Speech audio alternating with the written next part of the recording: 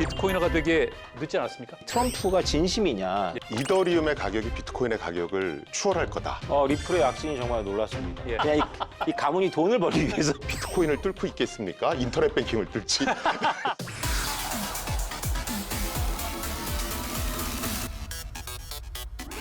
지루한 경제 이야기는 가라. 필터 없는 경제 토크, 매운맛 경제 토크 킥 신영일입니다. 여러분은 비트코이너입니까? 지금 알트코인의 불장을 기다리고 계신가요? 트럼프 2기 행정부의 본격적인 출범으로 암호화폐 시장이 온통 장밋빛으로 물들고 있는데요. 오늘의 킥은 이제는 알트코인인가입니다. 자, 미래에서 온 비트코이너 키커 오태민 교수 그리고 블록체인 얼리 어답터 키커 김승주 교수와 함께하겠습니다. 반갑습니다. 네, 어서 오십시오. 안녕하세요. 네. 자, 오태민 교수 하면 뭐 비트코이너들 사이에서는 미래에서 온 지도자. 야, 이런 호칭으로 불리는데 이렇게 불리는 소감이 어떠세요? 네, 부담스럽습니다. 그러실 것 같기도 합니다. 네, 모릅니다. 어떻게 될지. 오늘 함께 하시는 소감 어떠세요? 이렇게 평소 존경하고 유명하신 김승주 교수님하고 이렇게 같이 네. 한 자리에서 이렇게 비트코인과 블록체인 얘기를 할 수 있게 돼서 너무 영광으로 생각합니다. 네. 그래서 감사합니다. 예. 김승주 교수께서는 블록체인과 암호의 세계를 워낙 쉽게 풀어준다 이렇게 정평이 나 있는 분인데 오늘 함께 하시는 소감이 어떠십니까? 사실은 이제 교수가 강의할 때는 뭐 칠판이 있다거나 네. 뭐 파워포인트가 있다거나 뭐 이런데 이렇게 그냥 토론 좌석에 앉아서 쉽게 설명할 수 있을지는 잘 모르겠습니다만 예. 뭐 열심히는 해보겠습니다. 저를 학생이라고 생각하시죠? 노력해 보겠습니다. 조금 연식이 된. 예. 예. 이 비트코인이 최근 1년 새 3배 수준으로 뛰었는데요. 이 알트코인의 대장주라고 할 수 있는 이더리움도 상승을 하긴 했는데 비트코인하고 비교하면 좀 올랐다고 하기는 민망한 수준입니다. 이제는 좀 알트코인의 시대를 기대해 봐도 되는 겁니까? 어떻습니까? 네, 흐름상 지금 알트코인 시장이 오고 있는 것 같습니다. 지금 벌써 한두 달 사이에 리플이 3배, 5배 이상 올랐거든요. 그래서 점점 이제 열기가 뜨거워지고 있는 것 같습니다. 그렇군요. 그 얘기 안 할 수가 없는 게 트럼프 대통령의 그 밈코인 있지 않습니까? 네. 그게 그렇게 주목을 받았다고요? 네, 하루 사이에 뭐 460억 원 정도 벌었다라고 하고 있는데요. 예. 그 멜라니 여사 코인도 나오면서 예. 시장이 약간 좀 쿨다운 했습니다. 이건 너무 선을 넘는데. 이거는 크립토에 안 좋은데 예. 오히려 예. 이런 경계심이 발동하고 있죠. 예전에는 비트코인이 사기라고 얘기하지 않았습니까? 그런데 왜 갑자기 비트코이너가 됐을까요? 1기 때 현직 대통령일 때 트위터, 지금 X에다가 예. 비트코인은 스캠이다 이렇게 했었죠. 맞아요. Bitcoin, it just seems like a scam. I don't like it because it's another currency competing against the dollar. 재선에 실패하고 이분이 그 조지아주에서 기소를 당해요. 여러 가지로. 그러면서 머그샷이라는 걸 찍는데 예. 그때 그 머그샷을 가지고 NFT를 발행을 합니다. 그래서 그거를 가지고 뭐 선거 자금도 모으고 하면서 이분이 재미를 들린 것 같은데요. 그 제가 어디를 가면 이제 책임 있는 자리에 있는 분들이 트럼프가 진심이냐 예. 비트코인에 대해서 그래서 저도 궁금해서 공부를 좀 했습니다. 그래서 한 4-5가지 이유를 찾을 수 있을 것 같아요. 첫 번째는 모두가 이제 동의하는 바는 선거공학적인 이유로 비트코인을 선택했다. 네. 암호화폐하고 미국의 이 비트코인과 블록체인 투자자들을 보면 20대의 남성 아시아계로 나옵니다. 그들이 한 1,800만 명 정도를 구성하는데 예. 이들이 2020년 선거에서 바이든을 찍은 집단이에요. 예. 그래서 이렇게 비트코인과 블록체인을 지원하면 이 20대의 기술 전공의 아시아계의 남성들의 표를 가져올 수 있다. 이런 이제 선거공학적인 게 예. 있었고요. 예. 두 번째는 국가 전략 차원이라고 본인이 말한 것처럼 국가 전략 차원에서 미국이 수사나 이런 걸 통해서 비트코인을 꽤 많이 확보했습니다. 대충 40만 개 정도 확보한 걸로 알고 있는데 20만 개는 다 팔아먹었어요. 그래서 지금 또 21만 개를 갖고 있다고 알려져 있는데 네. 이걸 비축하겠다. 나중에 어떻게 될지 모르니까 뭐 이런 그 어떤 순수한 의도라고 볼 수 있고요. 근데 마지막은 뭐냐면 이 중국은 비트코인과 암호화폐가 올라올 때마다 불을 끄는 소방수를 자임했거든요. 네. 2013년도에도 비트코인이 한번 출렁했는데 그때는 이제 인민은행장이 그 알리바바나 텐센트 비트코인 가상자산 손대지 마 이렇게 말로 해가지고 가격을 떨어뜨렸어요. 2017년도에는 비트코인이 막 열풍이 일어나니까 예. 중국에 있는 가상자산 거래소를 다 퇴출시켰습니다. 예. 금지시켰어요. 2020년도에는 또 중국에서 난리가 나니까 비트코인 채굴장을 금지했습니다.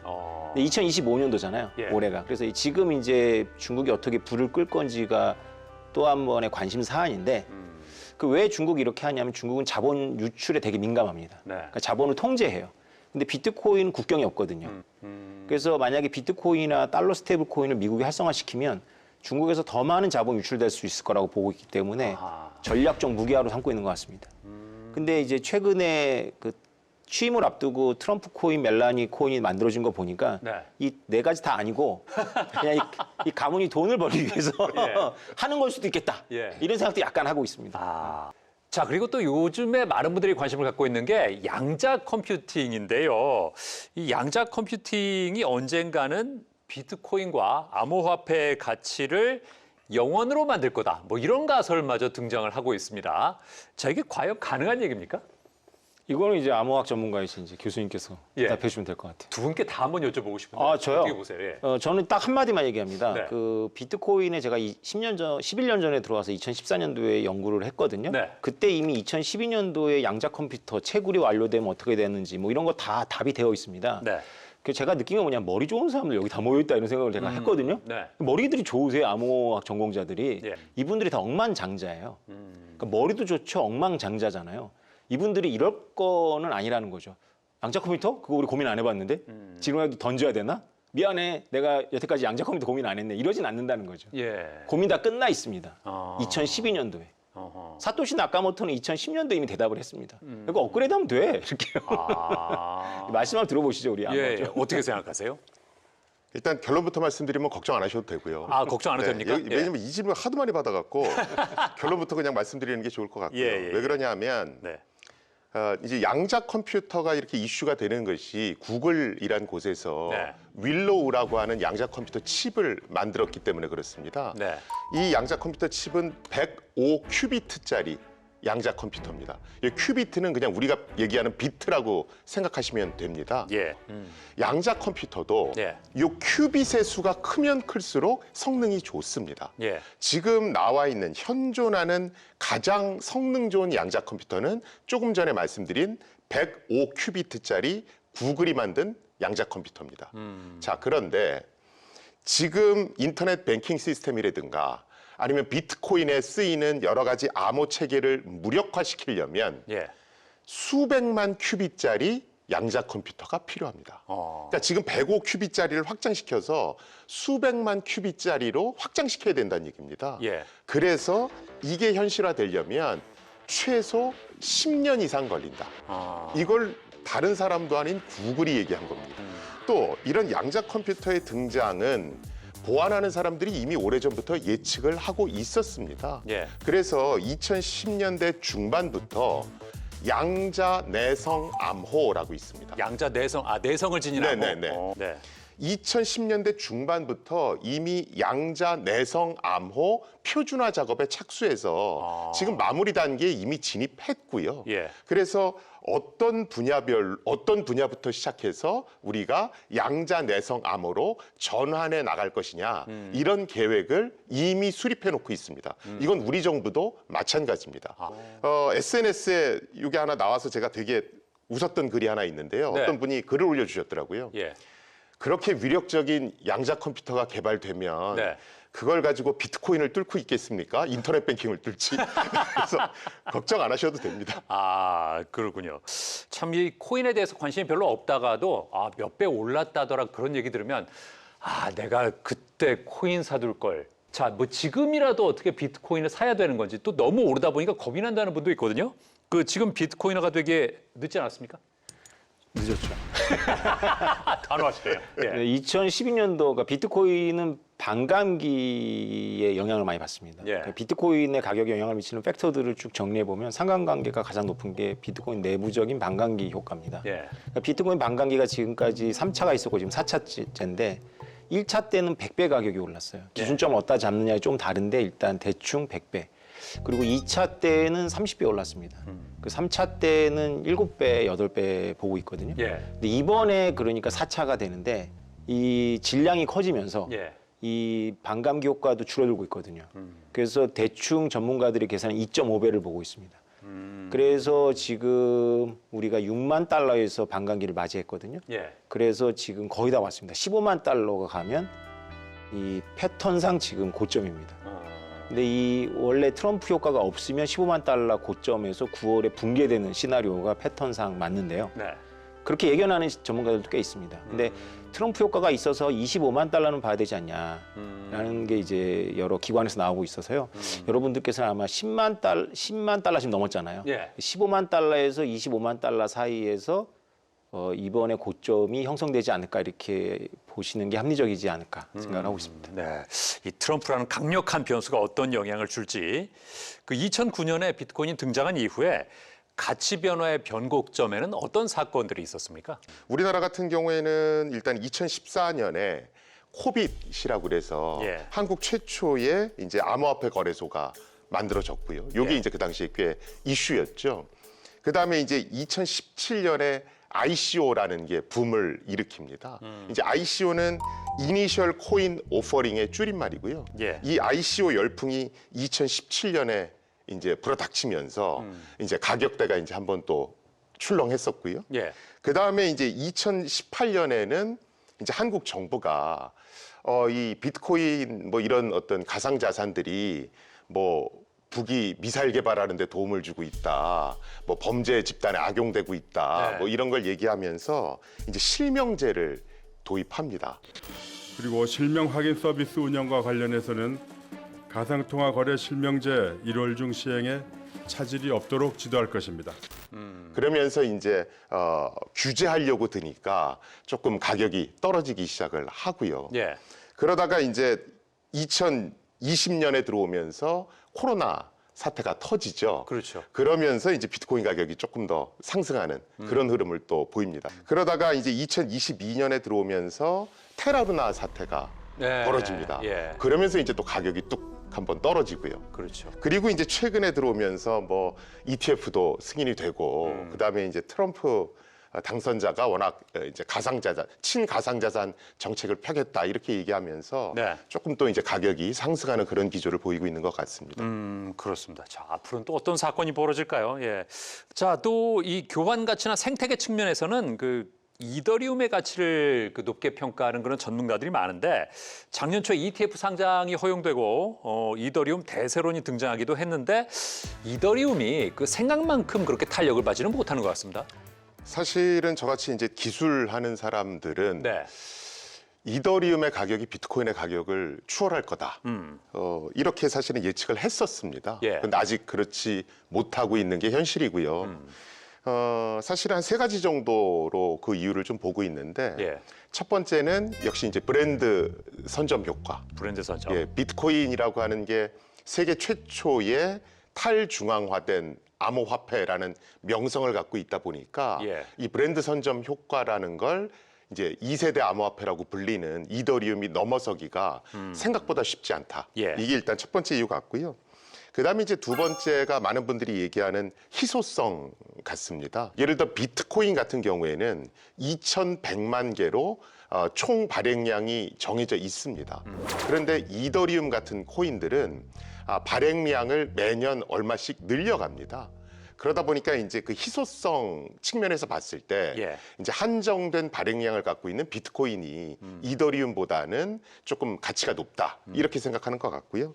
그다음에 이제 세 번째가 안정성 문제 같습니다. 예. 그러니까 이더리움 얘기할 때는 이제 확장성을 이러면서 비트코인보다 확장성이 뛰어나다 예. 이렇게 얘기를 하거든요. 예. 근데 확장성이 뛰어나다는 얘기는 법 규제 이슈가 발생할 수도 있다. 아하. 이거하고 이제 똑같습니다. 예. 그래서 이제 안정성을 찾는 사람들이 네. 법 규제 이슈가 조금 덜한 걸 찾게 되고 그러다 보니까 이더리움보다는 비트코인 쪽을 좀 더 선호하는 것 같습니다. 아하. 이 한국 사람들이 참 사랑하는 코인이지만 그 리또소, 리플의 또소 같다 이런 별명을 갖고 있는 리플에게 또 새 별명이 생겼다고 합니다. 트럼프의 찐수혜주라는 별명인데요.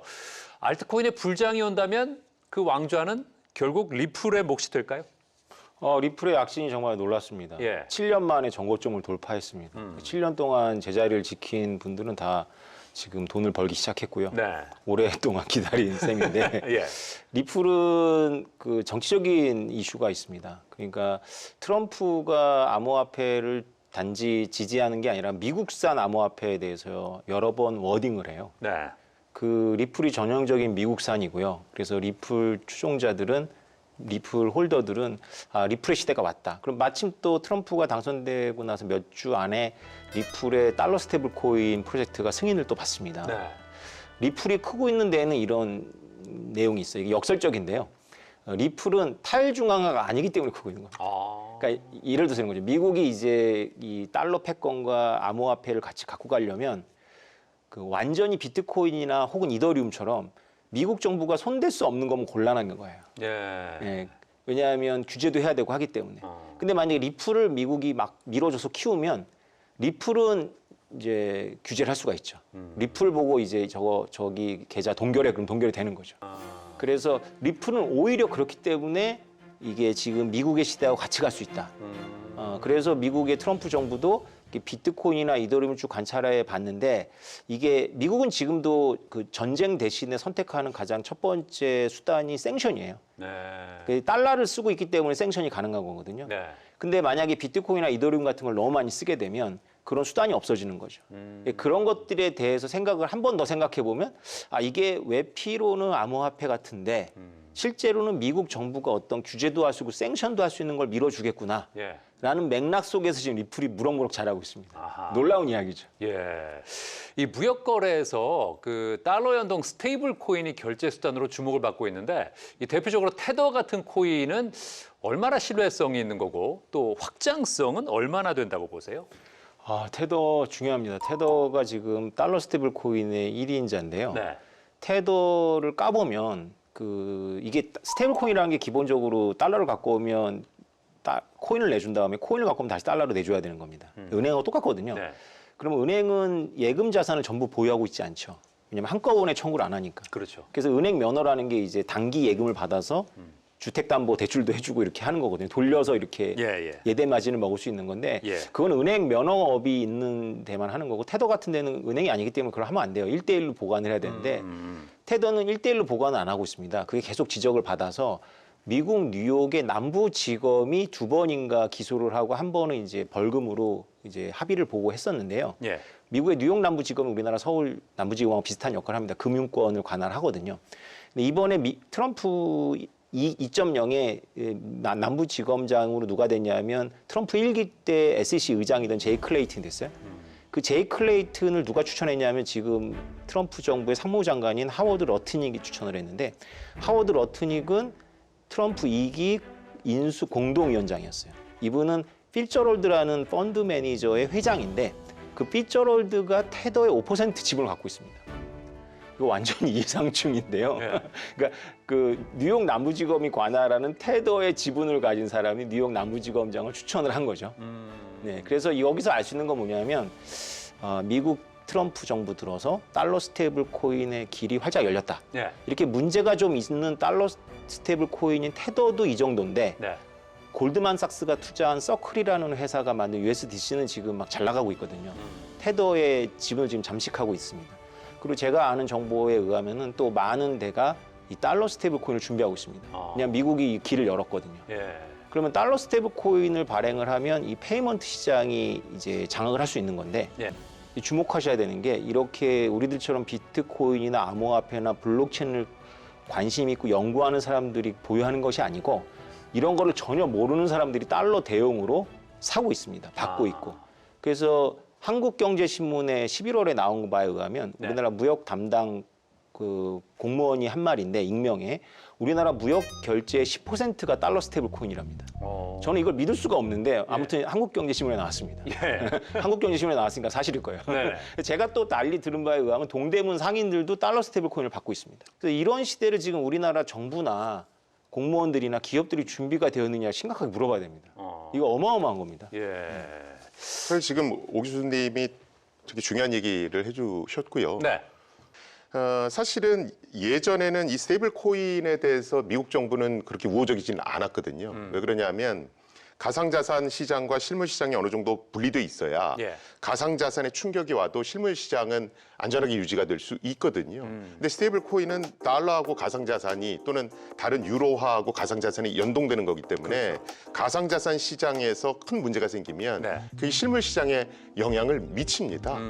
바로 그런 이유로 예전에는 이런 스테이블 코인에 대해서 굉장히 부정적이었는데 지금 이미 뭐 ETF 같은 거 나오면서 여러 기관 투자자들이 가상자산 시장에다 투자들을 많이 하고 있거든요. 예. 그래서 이미 연동은 시작되기 시작한 겁니다. 그래서 이 두 시장을 이제 분리시켜서 볼 수는 없는 것 같고요. 네. 그럴 거면 달러의 영향력을 더 강화시키는 쪽으로 가야 되는데 그러면 비트코인이나 이더리움이 득세하는 것보다는 어떤 이런 스테이블 코인, 그것도 달러랑 연동돼 있는 스테이블 코인이 곳곳에서 많이 쓰일수록 예. 달러의 영향력은 기존보다 훨씬 올라갈 수 있거든요. 예. 그런데 여기서 중요한 건 우리 정부에서 조금 눈여겨봐야 되는 것이 아이 뭐 정부의 통제를 안 받고 그게 뭐 되겠어요? 뭐 이런 얘기를 많이 하세요. 그런데 아니 그게 뭐 남대문 시장에 가서 이거 달러하고 똑같은데 받으실래요? 안 받으실래요? 그러면 네. 받으시거든요. 왜 그러냐면 여기서 안 받으면 딴 가게 가면 되는데 예. 그래서 정부가 알고 있다는 것과 실제로 그게 퍼지고 있다는 건 좀 다른 겁니다.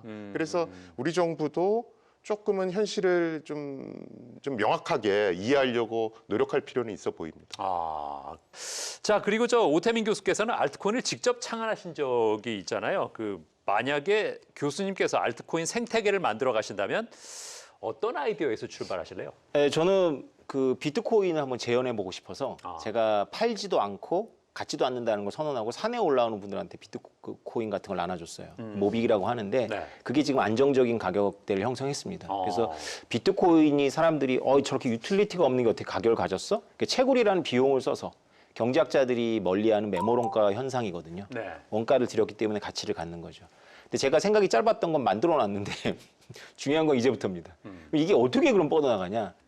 저는 구글, MS, 애플, 아마존, 한국의 삼성전자가 지금은 여론이나 정치 때문에 눈치를 보고 있는 거지 기술이 없어서 더 좋고 더 빠르고 더 수수료가 싼 블록체인을 못 만드는 건 아니거든요.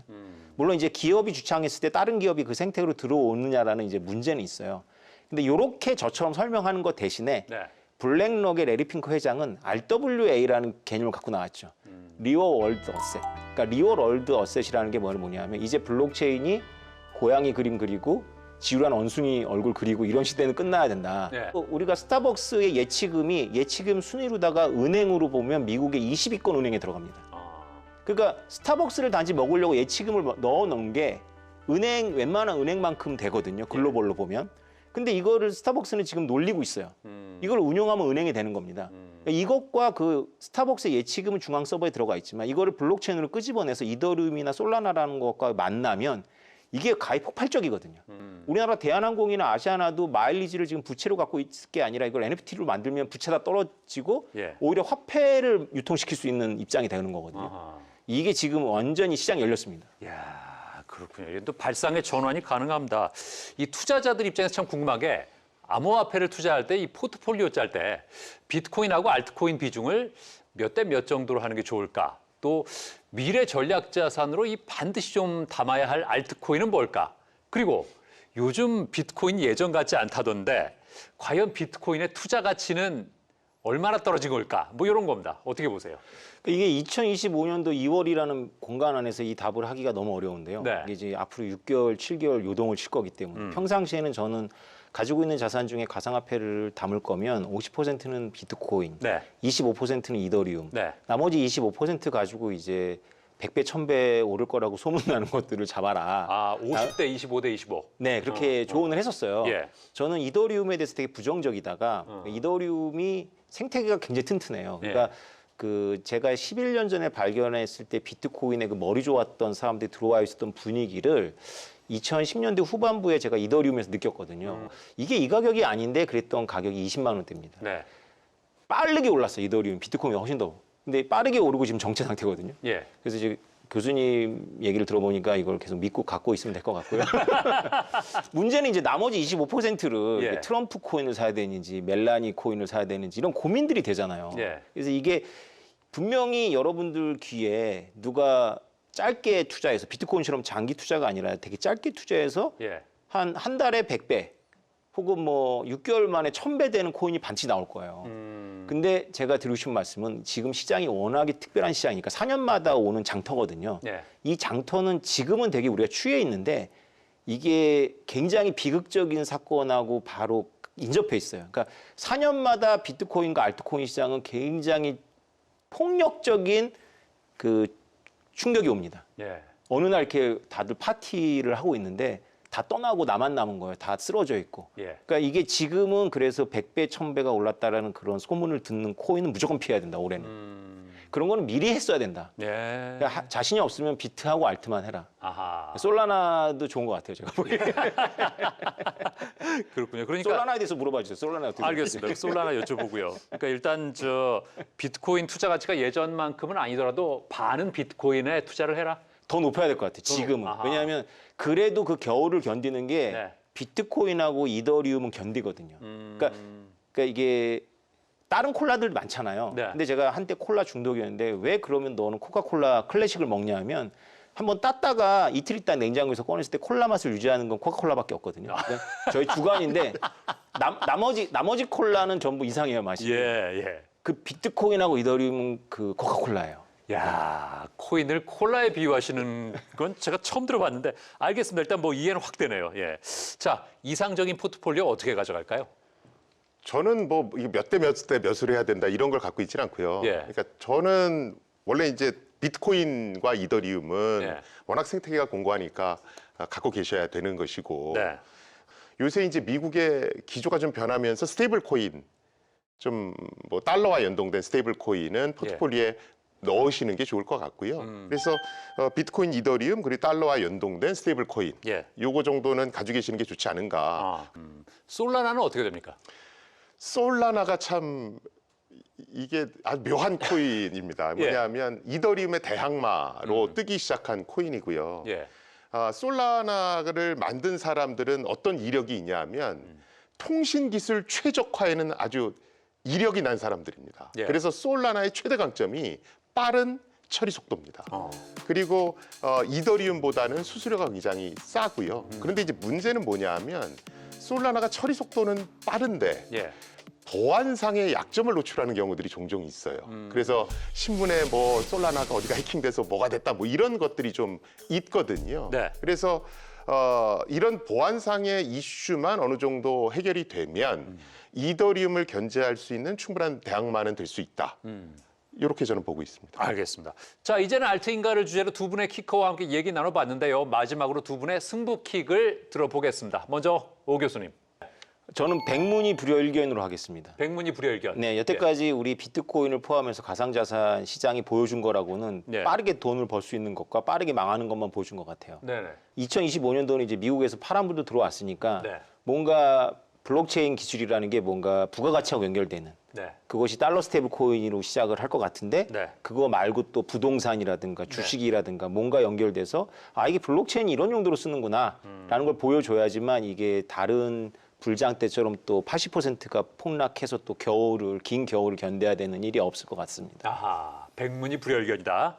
자, 이제 김 교수님의 승부킥 기대합니다.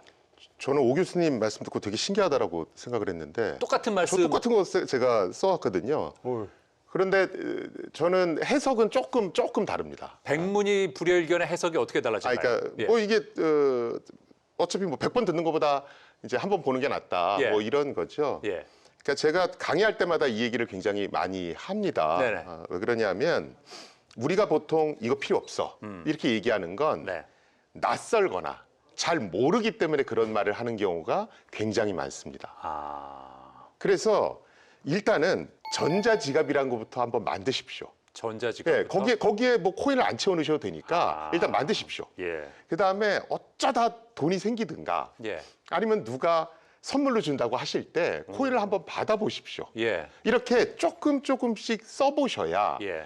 자꾸 관심도가 올라가면서 이렇게 투자의 비중도 옮겨가는 거거든요. 아. 이제 새해가 시작됐으니까 예. 투자까지는 생각 안 하시더라도 네. 거래소에 계정을 터시든가 아니면 지갑을 만들어 보십시오. 그러면 내 주변에 정말 많은 게 바뀝니다. 예. 아, 정말 아직 투자를 안 하고 있는 저한테 하시는 말씀 같습니다. 예. 자, 이제는 알트인가? 신영일이 날리는 승부킥은 레이저 아이즈로 변신 준비됐나 합니다.